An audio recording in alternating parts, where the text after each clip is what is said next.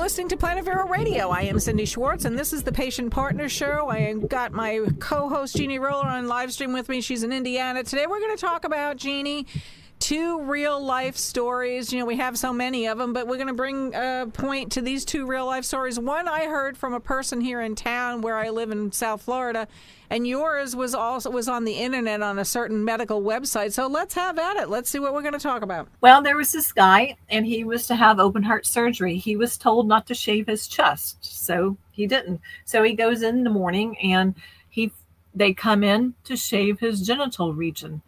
And he was shocked beyond belief. It was a young lady. He's very religious. He was very upset. So I guess when he woke from surgery, he was still upset. And they made a note on his file that he was very upset about having his genitals shaved. So they had made a note on his file. The point here is he was not given true informed consent. He should not have been ambushed like that. They should have been clear from the beginning what they were going to do. They did say, don't shave your chest. So that's all he thought. He didn't know that there was any other area to be shaved. Well, also this same gentleman, he is very religious. He was married. His wife had told him, don't wear tight pants because he shouldn't be showing his physical attributes. You mean just in general, out in the public, don't wear tight pants?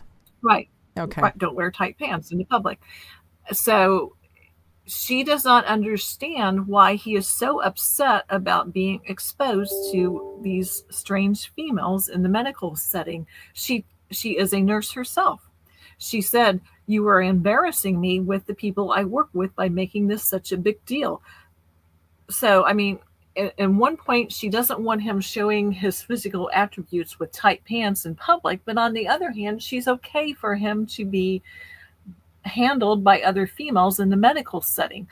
So, I mean, it is just a direct conflict. She contradicts herself. She's okay in one part, but not in the other part. So, and the other part I wanted to mention is another gentleman on the same blog also said that, he doesn't believe that medical people don't remember you. They may not remember your name, but they do, because there are certain people I remember. I may not remember their name, but I may remember something about them.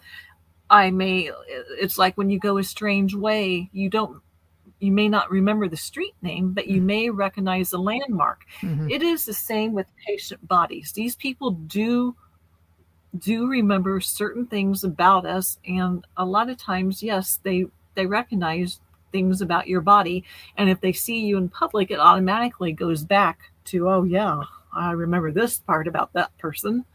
So, all this stuff that they give us that it is okay, that they're professionals, there's nothing sexual, there's nothing, it just all goes out the door because they have conflicting stories.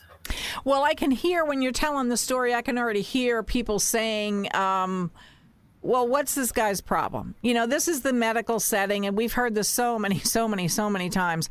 What's this guy's problem? It's the medical setting, just like you said, Jeannie. We're professionals here, blah, blah, blah, blah, blah. We're in control. You should do this, you should do that. But you're right. It goes back to the informed consent. Why didn't anyone tell this guy that this was going to happen? We have said this. I know I have said it at least a gazillion times. I don't even know what the number gazillion is, but I know I've said it a gazillion times. Why didn't they tell him? If there was a doctor that in a hospital that he could go to that is not going to do that procedure that way, then he should have that option. He should have that information from the get-go. This is what we're going to do to you. We're going to strip you naked. We're going to shave all your parts, regardless if you want. We're using female techs on you. That's your problem, buddy, if you can't, pony up or whatever you want to say. The same thing they do to women. Oh, they're male techs. They're professional. Okay, yeah. Hopefully they are. But I'm with you. In my own personal experiences, I've gotten into so many situations that they're not professional, and I don't stay. Anymore, I don't stay. Right. I've allowed it to happen to myself in the past, which is why, and we've talked about this, that we started this podcast, that we have the website info at patientrightsinfo.com, that we are in conjunction with Misty Robertson Medical Patient Modesty. To us, it's not a modesty issue, it's a dignity issue. No. Yeah, it's dignity, and it's about people being treated like human beings and things not having to be done. You don't need to be stripped naked for all this stuff. If there are doctors out there and technicians that are doing these same procedures over and over and over, and I can hear it because I talk to all my techs now on the procedures that I go to, and they're like, where was this done? And I tell them, this person called us from Louisiana and they were at so-and-so hospital. I can't say the hospital's on the air, for the fear of being sued and all this stuff, which I don't know why we can't talk about this stuff, because people need to be actually educated. And they're like, there is no way. I've been doing this for 20 years. You do not have to strip a patient naked to do that procedure. So I'm going to follow that up with a local story. A doctor told me this story about his patient. It's a psychology doctor, a psychologist. And he said, yeah, Cindy, I have no names or anything. I don't know who these people are, but just a general synopsis of what was going on. The lady came to me and she had been stripped naked for an EKG, and she was mortified to have follow-up care because she couldn't figure out, the lady patient, why this was happening. And she knew when she went back to this cardiologist that this tech was going to treat her the same way, like basically, she didn't even exist as a human being. Strip yourself from the waist up and I'll be back and and to continue. So the psychologist said to her, I want you to email the actual doctor. I want you to email that cardiologist and tell him what happened with you and why you're so reticent and you really don't want to go to his practice any longer, that you're looking to change doctors. And so she did. And the answer back was, the doctor said, absolutely, there is no way that you have to be stripped completely naked for this. It's like a routine procedure. I don't know why this is happening. I mean, my thought is the doctor should have known that that's the way the techs are that they're using. But I mean, doctors can't know absolutely everything, and they can't be everywhere at every time. And so she got it figured out, the woman, and she did go for the procedure and was not stripped from the waist up naked. And the procedure went just absolutely fine. And there was no reason to be, in my opinion, sexually assaulted for an EKG reading. And it's just, we talk about it all the time, and here's just 2 more cases. And when are we going to be told this stuff? When are we going to actually be educated when it's the specifics of our procedure that we have every right as a human being, as a medical patient, to make the decision if we want to go to these specific people for treatment, if that's what they're going to do to us? I myself ask anymore if I can think of every question, which who can, and I leave. I go somewhere else. The point is, every place else in life, we are able to control what happens to our body, who sees it, who touches it.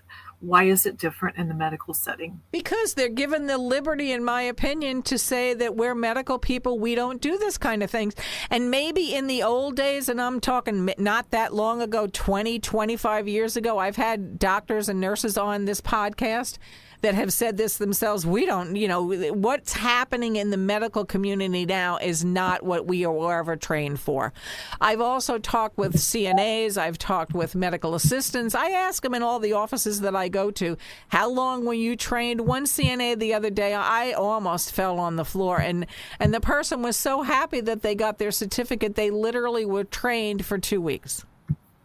Now, I don't know what you can learn in depth in 2 weeks. Maybe you don't have to learn the things, but I'm just throwing that out for an opinion, everyone else's opinion, to, are these the medical people that you want to have working on you? Because, I mean, they're not learning enough stuff to be able to know that dignity and patient rights and informed consent are really at the forefront of what medical care is as far as the patient's aspect goes, my opinion.